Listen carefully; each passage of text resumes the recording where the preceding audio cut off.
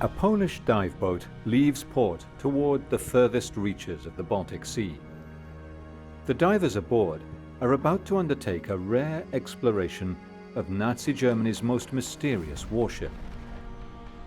Today, the Graf Zeppelin is the holy grail of shipwrecks for divers and naval researchers. But for 60 years, what happened to the aircraft carrier was a mystery. In 2006, an oil exploration ship mapping the sea floor came across a massive steel object that turned out to be the long-lost Nazi aircraft carrier.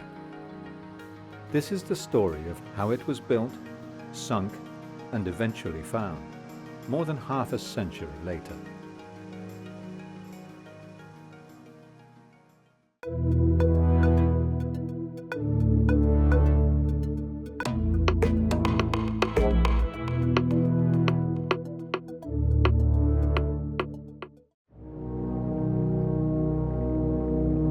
A new day begins in the Polish port of Gdynia, once home to the largest Nazi ship ever built, a place that plays a central role in the story of Hitler's Graf Zeppelin aircraft carrier. This is where it spent many years of the war, and this is the base of the Polish Navy unit that identified the wreck in 2006. The Graf Zeppelin aircraft carrier is seen by some as a wasted opportunity, and by others as yet another of Hitler's follies. But those who know it most intimately agree it was one of the mightiest Nazi warships ever. Adam Alieżnik is the Polish Naval Academy commander of the ROV unit that identified the ship. Innej takiej na Bałtyku nie ma. To jest jedyny tego typu obiekt. It was the only object that was around 2.5 times the size of a football field. It was shock, amazement, satisfaction that we could identify this object. From the port, far out at sea, we saw this huge thing, and we asked, "What is that?" It was the aircraft carrier, Graf Zeppelin. We had never seen anything so big. This is the last major German warship whose whereabouts was unknown. As such, there is historic value to it. Dive master Łukasz Piórewicz is leading today's dive on the Graf Zeppelin wreck. He will go 80 meters below the surface of the Baltic Sea, using rebreathers, an advanced technology that allows divers to stay longer underwater at greater depths than ever before.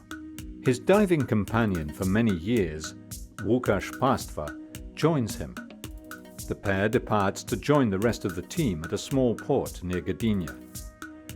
Each team member checks his own equipment once again for safety.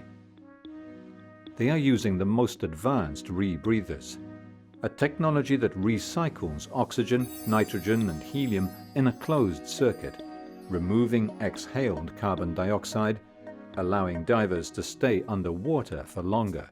On such a deeps like 87 meters like Graf Zeppelin, diving on the upper circuit is very limited for the time because you exhaust all of the of the gases which you have in the tanks in the sea and on the air. Here we have this closed circuit system which keep the gas inside the loop over there. So you are saving greatly gas consumption. It's like 10 times or even more. The key point here is you always exhaust also the carbon dioxide. So you need to have the scrubber inside here, which thanks to the chemical absorption eliminate that poison gas. On the other side of Europe, in England, Steve Burke is a diver and historian who was on the track of the Graf Zeppelin well before it was found. He too uses rebreathers. The gas comes in from a canister in the back. There's a mixing canister at the back.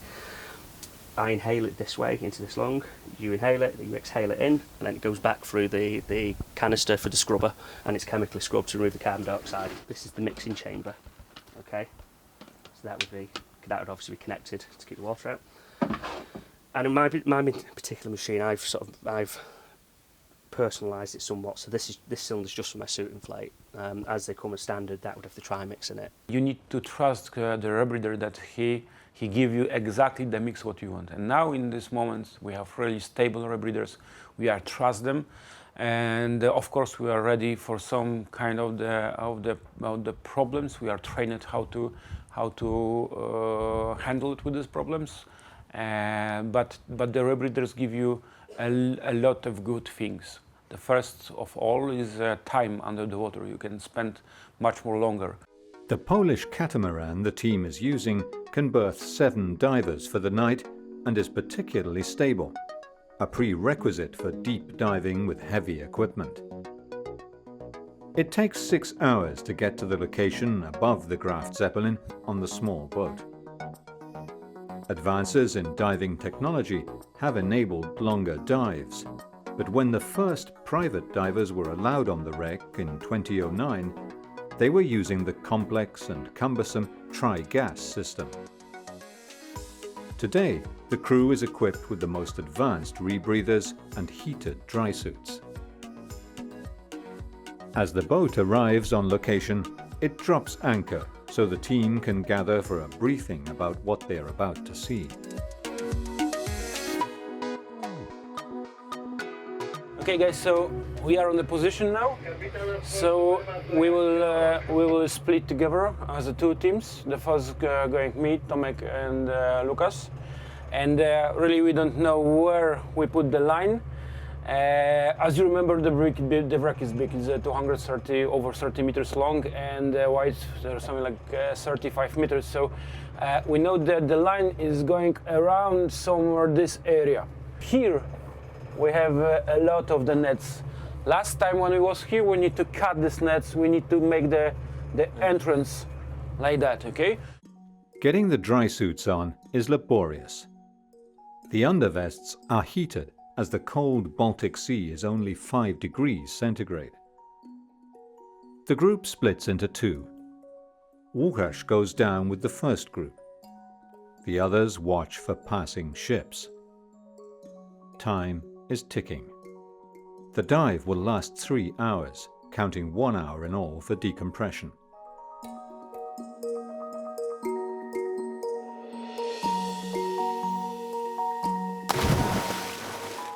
The brackish water is rich in plankton, making it claustrophobic for divers with visibility of only 7 meters. It is a plunge into the past.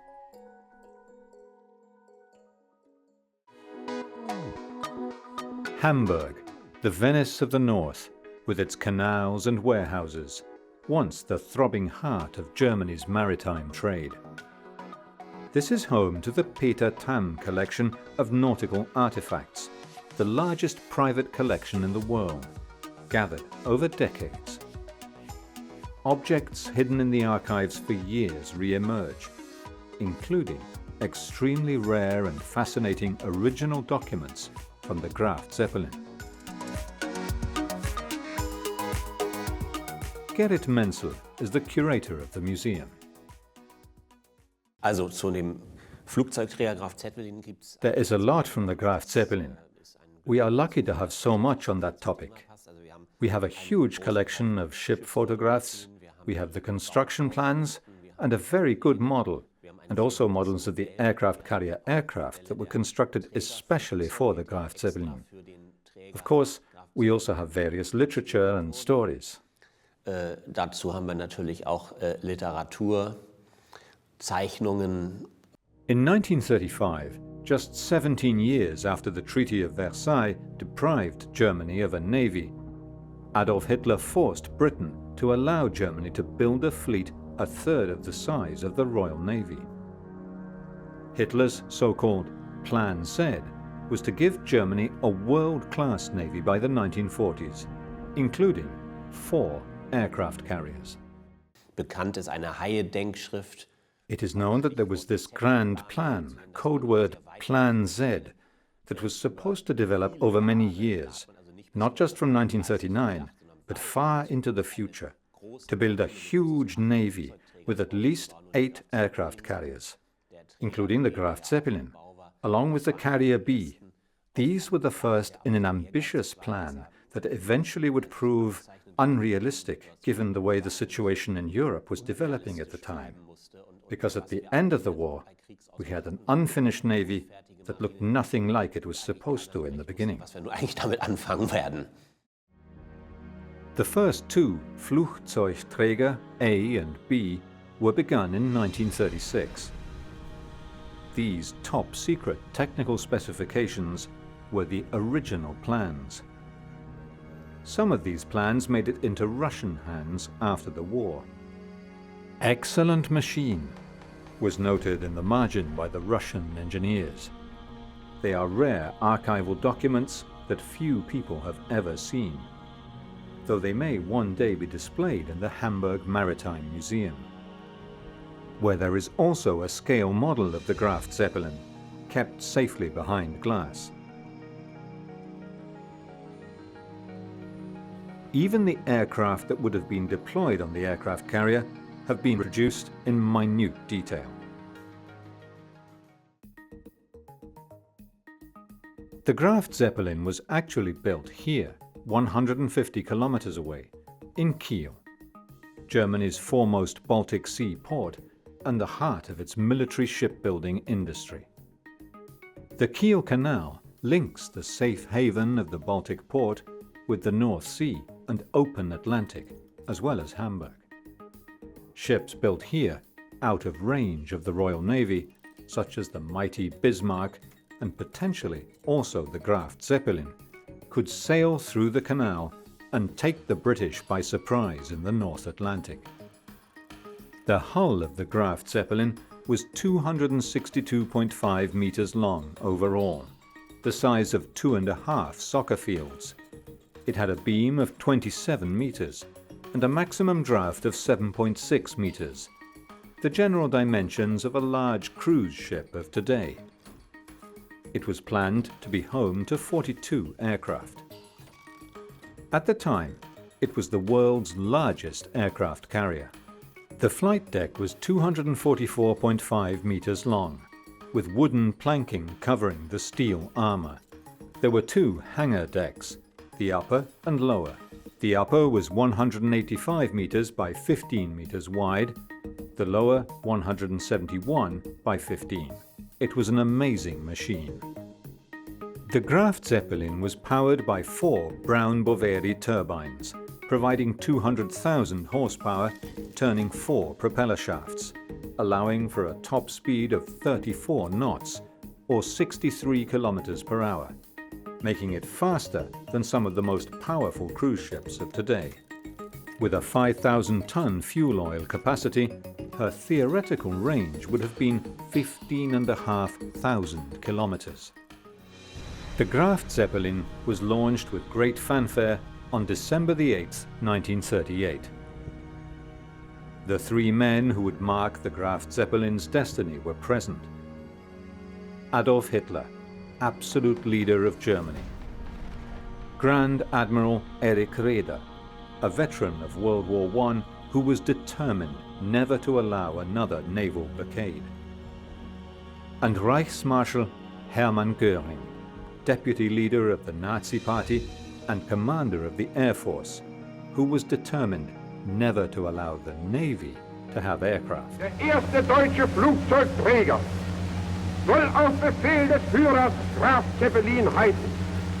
Fahre stets glücklich, stolze Schiff. The guest book, signed by all 3 at the launch of the Graf Zeppelin, is also in the Peter Tamm Maritime Museum collection in Hamburg. Wir haben eine Einladungskarte zur Schiffstaufe und das Gästebuch, das hier vor mir liegt. We have an invitation to the launch and the guest book that lies here before me, where all the prominent officials who were at the launch signed. You can see all the signatures here, all the Nazi bigs. Göring is there, Hitler is there, and of course, the head of the German Kriegsmarine, Raeder, is also there. Von der Kriegsmarine, der Großadmiral Raeder ist dabei. Marcus Faulkner lectures on naval history at London University's King's College. The aircraft carrier is an up-and-coming symbol of naval power. All the major navies, the British, the Americans, the Japanese, have been developing aircraft carriers, really from the tail end of the First World War. In addition, though, there is a specific German desire for aircraft carriers, and this stems from a fundamental problem that the German Navy has, which is its numerical inferiority. The purpose of a single carrier is to replace a squadron of light cruisers, which the Germans don't have, in providing reconnaissance for the main fleet, in this case the commerce-raiding warships of the Deutschland-class pocket battleships, or then later Scharnhorst, Gneisenau, and so on. Since the Graf Zeppelin was expected to enter service in late 1939, the Air Ministry commissioned a design competition for a torpedo aircraft. The most effective way of sinking an enemy ship is essentially to hit it where it is weakest, which means under its waterline, which means if you can get a torpedo into a relatively unarmored part of a warship, you're likely to gain the maximum damage. The Fiesler Fi-167, a metal biplane, was found both to be extremely stable with low stall speeds and robust enough to carry more than the required weight in bombs and torpedoes. Only 14 examples were ever built. As war approached, Raeder asked for more modern aircraft for the Navy, and Göring, an ace fighter pilot obsessed with the air war, insisted that existing types were used. The rivalry between these two men created friction and competition between Hitler's Air Force and Navy. Hermann Göring, deputy leader of the Nazi Party, persuaded Hitler that adapted versions of the two most common aircraft in the Luftwaffe would do the job. The Ju-87 Stuka was the Luftwaffe's dive bomber, and the D variant had improved fuel capacity. For aircraft carrier deployment, it was given folding wings, a tailhook, and jettisonable undercarriage for emergencies. The variant known as D4 was also able to drop an 848-kilo torpedo. The Messerschmitt Bf-109E, with its Daimler-Benz DB601 engine, was adapted with folding wings, tailhook, and attachments for catapults that were being built onto the Graf Zeppelin. The fighter's 300-kilometer combat radius would have given the Graf Zeppelin the ability to control 90,000 square kilometers of sea. The Graf Zeppelin had something no other aircraft carrier in the world did: twin catapults on the forward flight deck.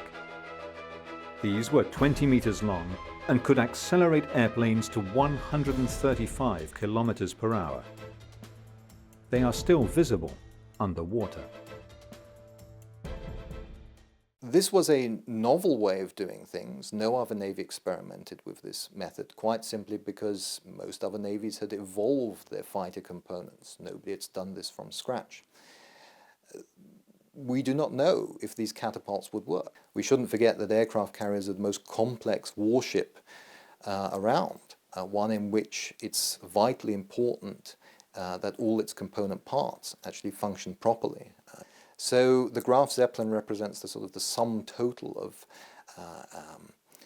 experimental components that the Germans are putting together at the time.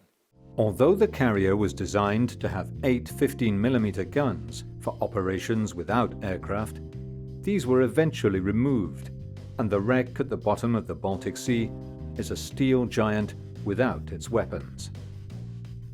These circular gun emplacements were to have hosted the massive artillery that would have made the Graf Zeppelin a menace for the very survival of Britain. Today, 70 years after its final sinking, the Graf Zeppelin's formidable steel construction has survived the wear and tear of time. The wooden flight deck and the catapults are still very much as they were when the ship sank, thanks to the low salinity and cold temperature of the Baltic Sea.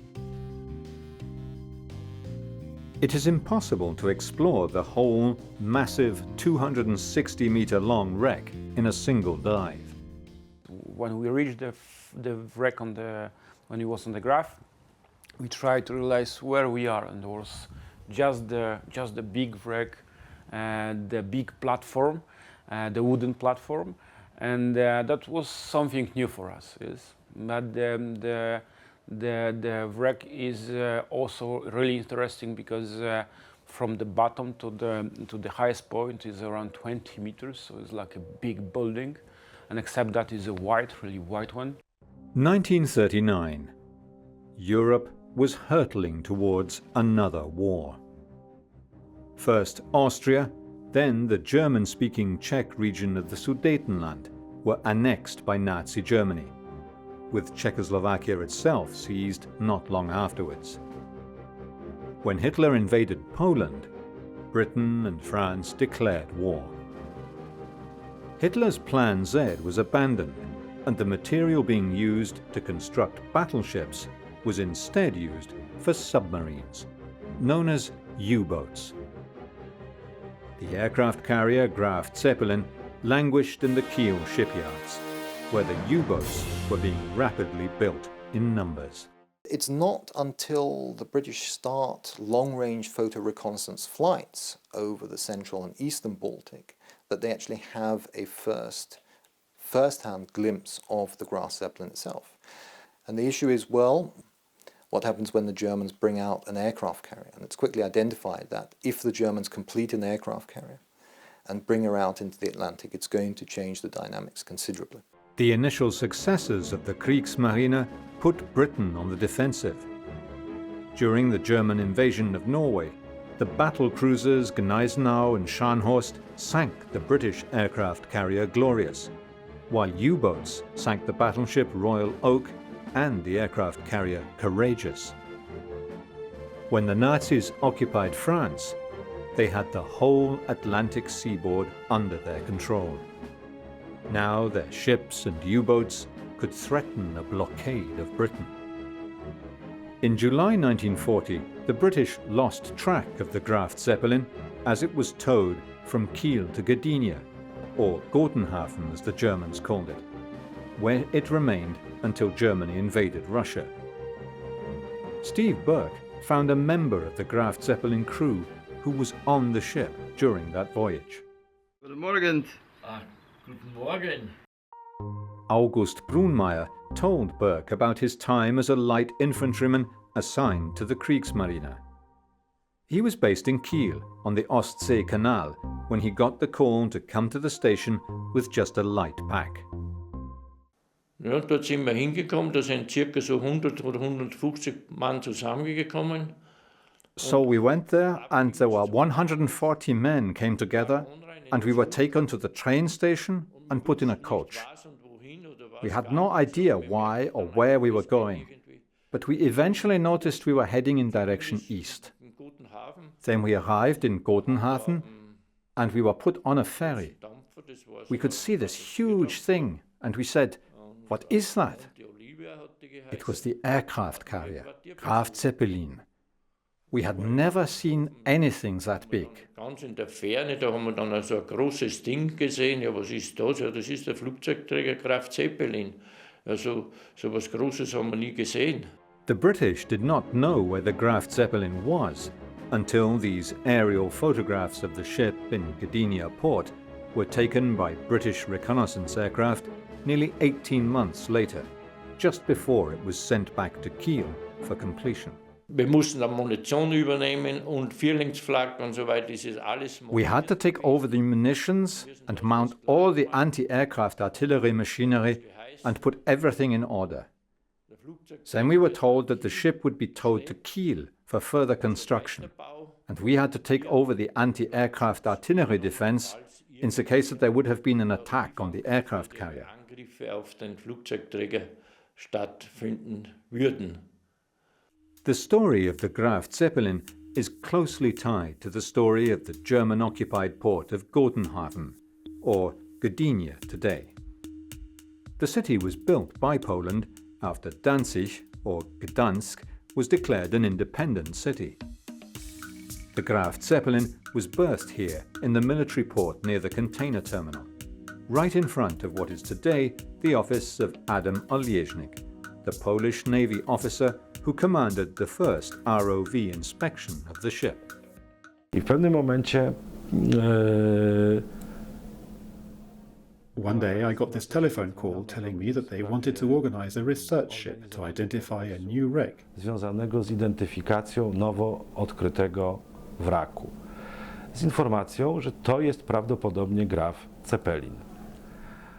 That they told me was probably the Graf Zeppelin.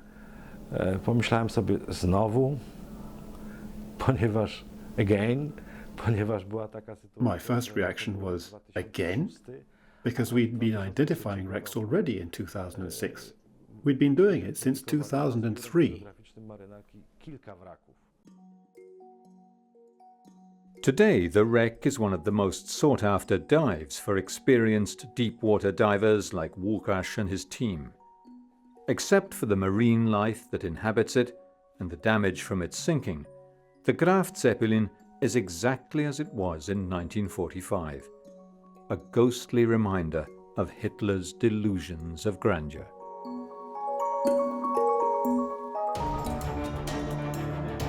As the war entered its second year, the rivalry between the two Nazi military leaders, Erich Raeder, head of the Navy, and Hermann Göring, head of the Air Force, intensified. Despite the Kriegsmarine's successes, threatening Britain's lifeline, and the Luftwaffe's failure to bring Britain down by air power alone, Hermann Göring still demanded control of anything that flew, and remained blind to the aircraft carrier's potential ability to interrupt supplies to Britain and Russia.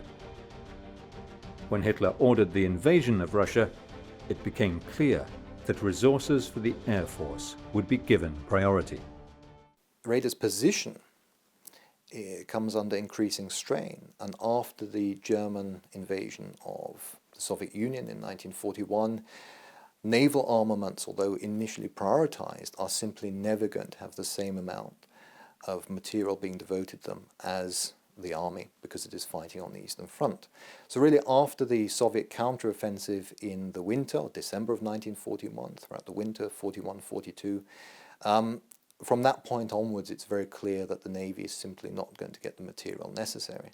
The first air raid from aircraft carriers was carried out by the British against the Italian fleet in Taranto, southern Italy, in November 1940, when 3 squadrons of Swordfish biplanes severely damaged the Italian surface fleet. A year later, just as Germany was fighting to capture Moscow, far away in the Pacific, on the 7th of December 1941, 6 Japanese aircraft carriers attacked Pearl Harbor, bringing the United States into the war. However, Hitler had already truly realized the damage aircraft carriers could do 6 months earlier, when his mighty battleship Bismarck was crippled in the North Atlantic by a direct hit from a single torpedo, dropped by an antiquated Swordfish aircraft that had flown from the British carrier HMS Ark Royal.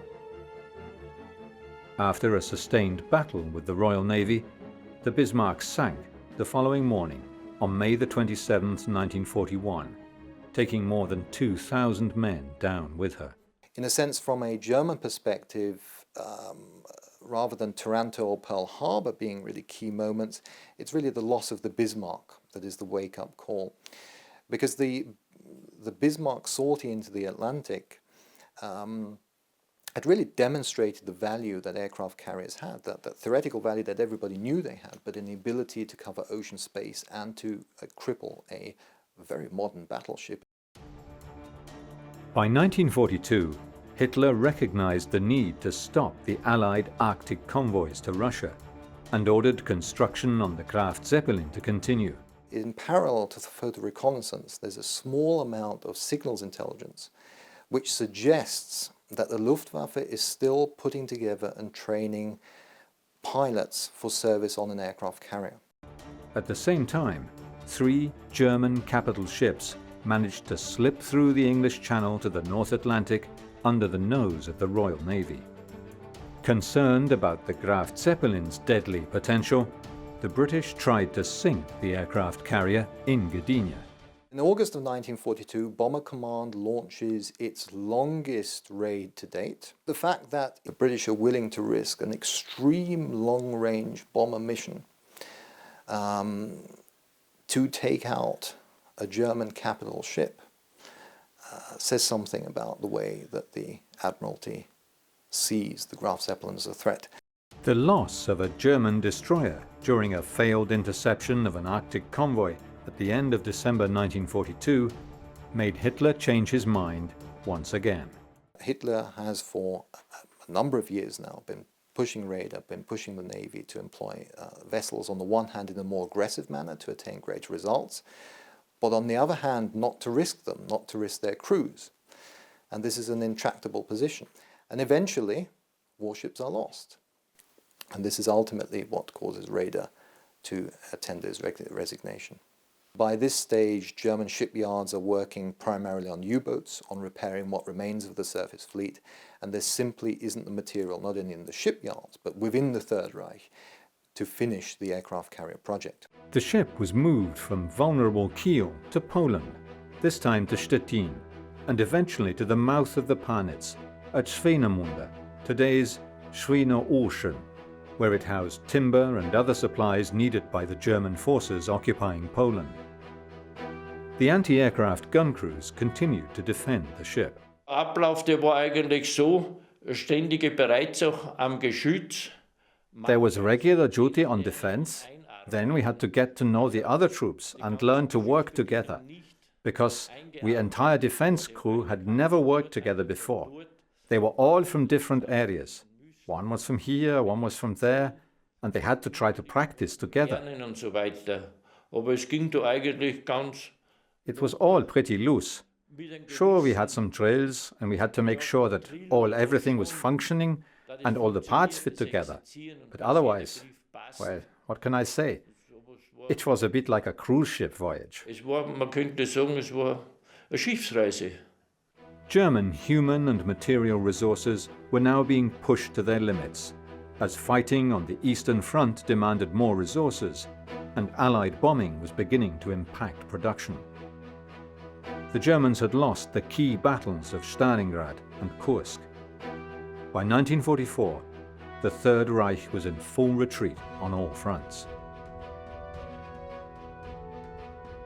When Red Army forces neared Stettin in April 1945, the ship's German crew was ordered to scuttle the Graf Zeppelin.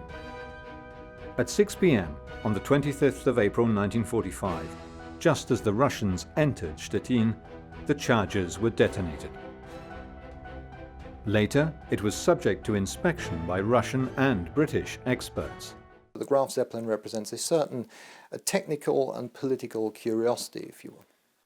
But by this stage, she's in a very wrecked condition, and the British team that inspects her finds her to be in a very poor state, and as a result assesses her as wrecked beyond repair, of no interest to us. And as far as we can ascertain, the British do not have any particular interest in the Graf Zeppelin beyond that stage. They're quite happy to let the Soviets take control of her and tow her away for salvage, as the wreck for salvage at a later stage. As this secret book of plans shows, Russian engineers began studying the plans of the aircraft carrier as they had none in their fleet.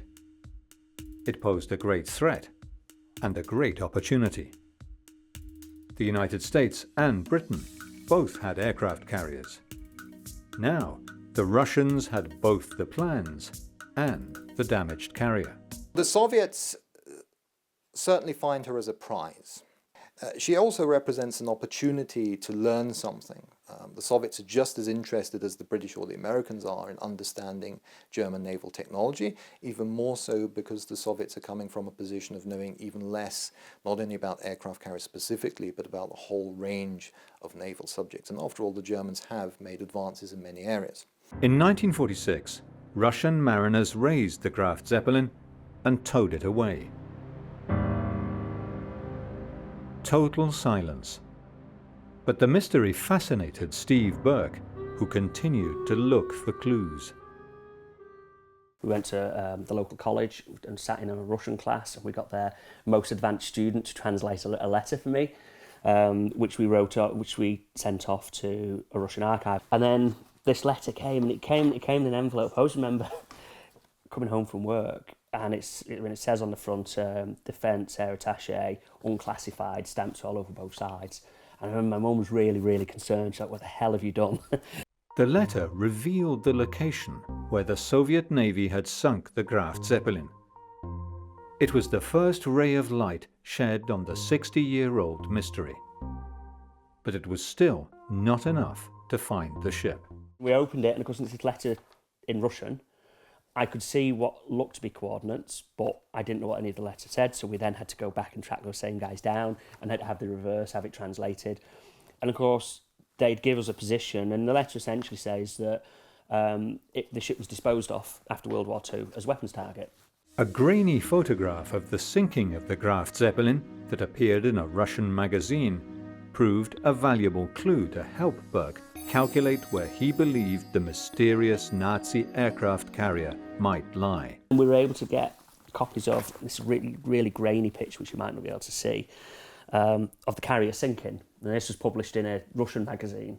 And we was able to roughly calculate that with the ship at that angle, unless it snapped, it wasn't touching the bottom yet, or it was only just touching the bottom. It wasn't in 60 metres of water. So by drawing a line away, we guessed about how far it had drifted, and we figured it had to be in about 90 metres of water. And this area on the map, where I'm pointing here, we've got 73 metres, 68 metres, 90 metres, 88 metres. And the point where we plotted it to was here. And we were within about a quarter of a kilometre, half a mile maybe, of where the wreck was lying, where the wreck was found. Steve Burke's plan to be first on the wreck, however, was frustrated by fate. For 60 years, the Graf Zeppelin lay rusting silently, waiting to be discovered. In 2006, an exploration ship, the Santa Barbara, owned by Petro Baltic, was mapping the sea floor in preparation for the construction of a huge oil platform. Andrzej Schwaber was at the sonar controls when he and the team saw something that could not possibly be a natural phenomenon. Czy kiedykolwiek widziałem tak duży obiekt? Nie, w swojej karierze pomiarowej nie widziałem aż tak dużego. In my whole career, I've never seen an object that big. It was a shock not only for me, but also for my colleagues who were on the ship with me, who were members of the measurement team. The position of the wreck, 41 nautical miles north of the WWII lighthouse, at the base of the Hel Peninsula, suggested that it might be a relic of the Second World War. It was too large to be a trawler or a submarine. Of course, the first consultations in the measurement room, I can call it like that, were between us. We were laughing, I had no idea, and we joked, we found Noah's Ark. Petro Baltic immediately informed the Polish Navy headquarters in Gdynia, the port that had been home to the giant Nazi ship for many months during World War II. The Polish Navy turned to Adam Alieżnik, their senior remotely operated vehicle expert at the Naval Academy. Już byliśmy spakowani i ze sprzętem załadowanym na pokładzie jednostki. We were packed on the ship, and we had a plan of the ship from the archives from a specific date. Dane historyczne. To jest o tyle ważne, że istotne jest, jak się zakotwiczy jednostkę, z której będzie... It's really important to know exactly where you are when investigating a wreck with an ROV, because it's like being an ant on an elephant. Pomocą kamery umieszczonej na pojeździe ROV to jest tak, jakbyśmy chcieli sobie obejrzeć słonia, wykorzystując do tego mrówkę. The Polish Navy deployed its most advanced ROV with virtual reality controls. It explored the length of the ship, looking for identification signs, photographing up and down the survey grid like a farmer ploughing a field to create a mosaic map. No, w Bałtyku jest ten problem, że to jest morze, które nie sprzyja. We have this problem in the Baltic Sea because it's a sea that's not very friendly for filmmakers. Visibility is not good. There's a lot of suspension. We know that we need to get close to film small parts of the wreck, in order to identify this kind of object, we need to have detailed plans. Posiadać dosyć szczegółowe plany. Apart from using the most advanced technology available to the Polish Navy, including 3D exploration by ROV operators wearing special goggles, Adam Olieżnik also spent many hours in the archives to match what he was seeing with historical data. The 3.5 hours of ROV footage clearly showed the anti-aircraft gun emplacements that confirmed this was indeed the Graf Zeppelin. There was considerable damage from internal explosions. Mamy dowódca rejsu, ja akurat i plany Grafa Zeppelina i zaczynamy rozmawiać właśnie, że to jest chyba ten wrak. The manager and I were there with the plans of the Graf Zeppelin, and we started saying that this is probably the wreck, because lots of elements and fragments show us that it cannot be anything else. There is nothing else like it in the whole of the Baltic Sea. It's the only object that's around 2.5 times the size of a football field. It was shock, amazement, satisfaction that we could identify this object. Satysfakcja też się pojawiła, że udało się taki obiekt. One man had more information than anyone else. It was, of course, Steve Burke, who already had a good idea of where he believed the Graf Zeppelin was. Once the wreck itself was found, I saw those beautiful side scan images that the Polish Navy produced, and I saw Adam Olieżnik's name on the bottom. So I just wrote to Adam, and we ended up going to meet. I got to stand on the pontoon. It's now a NATO harbour, but where Graf Zeppelin was moored for a long time. And we had a really good chat about that, and I shared information with Adam which he didn't know. Mamy jedno zdjęcie okrętu podczas jego postoju w Gdyni, w basenie portowym. We have a picture of this ship when it was in Gdynia, and it's in what we call berth number 8 in Gdynia. And the funny thing is that my colleague Stephen sent me this picture and asked me if this place still exists in Gdynia. Kolega Steven przysłał mi to zdjęcie z pytaniem, gdzie jest to miejsce w Gdyni i czy ono jeszcze w ogóle istnieje. And I answered him that I could see the place through my window because I work near the place, and I could see the place where the Graf Zeppelin was in 1942. Przez moje okno widać to miejsce, gdzie stał w 1942 roku Graf Zeppelin w Gdyni. As the largest wreck ever found on the floor of the Baltic Sea, the fascinating Nazi aircraft carrier was bound to become the object of adventure diving. So the Polish Navy had to make sure it was safe by checking for explosives and assessing stability of the wreck. It was lit by 4 underwater floodlights as divers descended on it to determine, was it safe?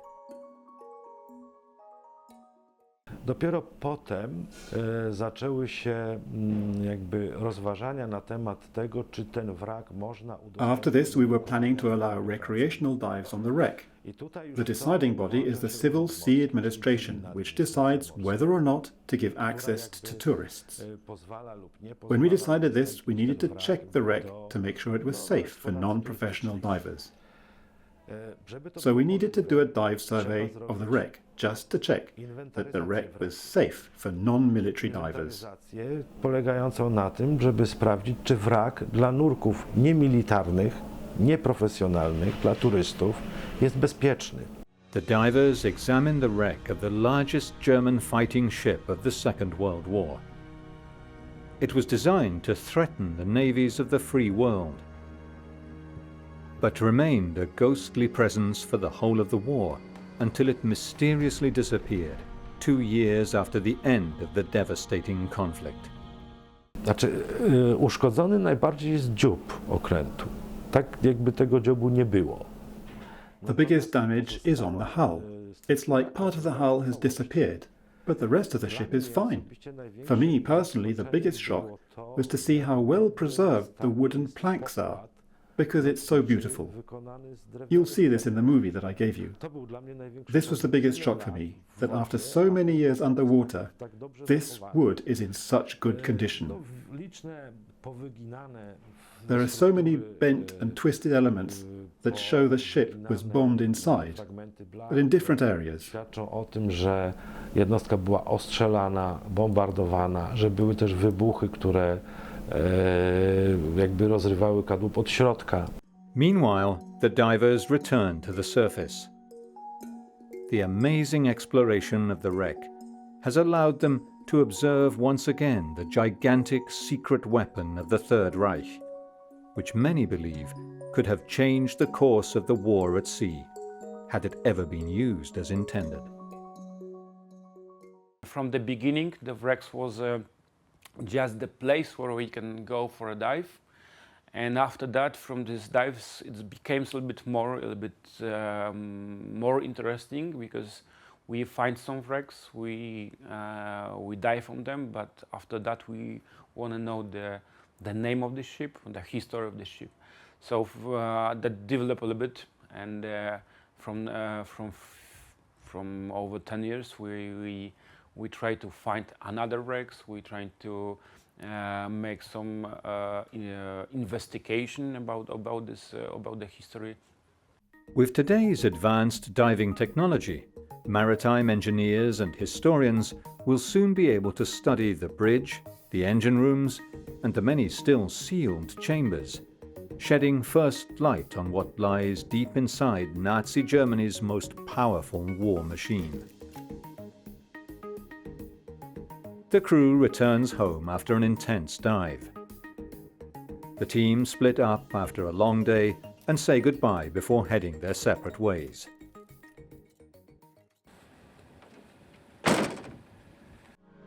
The sun sets on Gdynia, once home to the Graf Zeppelin and its crew, today home to an intrepid crew of divers who have come to know the lost ship inside and out after it was finally discovered on the bottom of the Baltic Sea.